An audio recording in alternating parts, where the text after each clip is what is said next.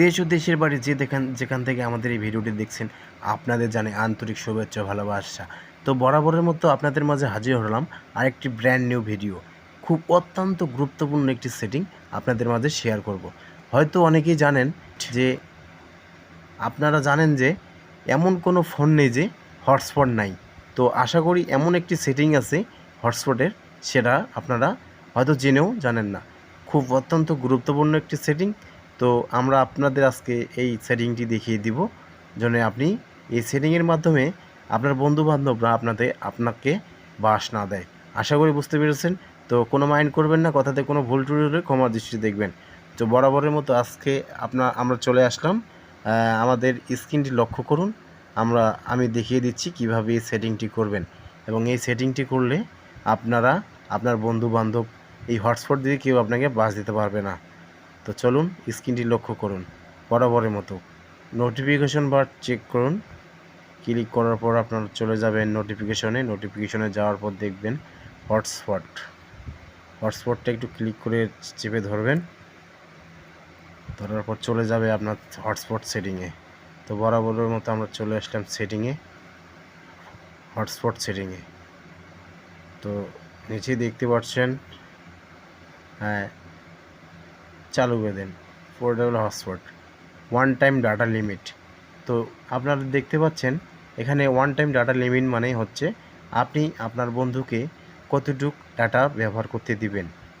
তো এখানে সাইজ দেখাচ্ছে আপনার বন্ধুরার জন্য আপনি যতটুক চাবেন ততটুক এই হটস্পট এবং ইন্টারনেট ব্যবহার করতে পারবে।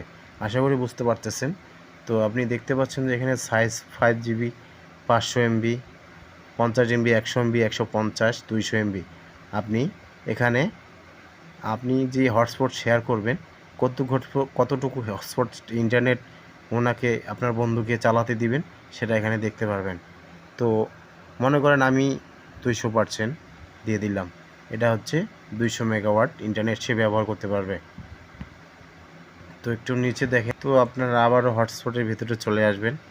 আসার পর নিচে দেখতে পারবেন সেট আপ পোর্টেবল হটস্পট, যেখানে আপনারা সবাই জানেন এই হটস্পটের যেটা নাম দিতে পারে।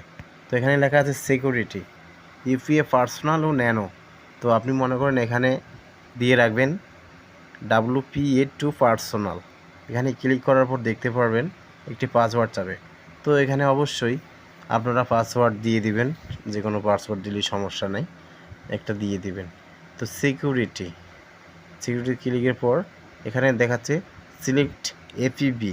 তো এখানে লেখা আছে কত স্পিডে আপনার বন্ধুকে ইন্টারনেটটি শেয়ার করবেন, কত স্পিড সে পাবে। তো এখানে 22.4 GHz, এটা এই স্পিডে সে ইন্টারনেট ব্যবহার করতে পারবে।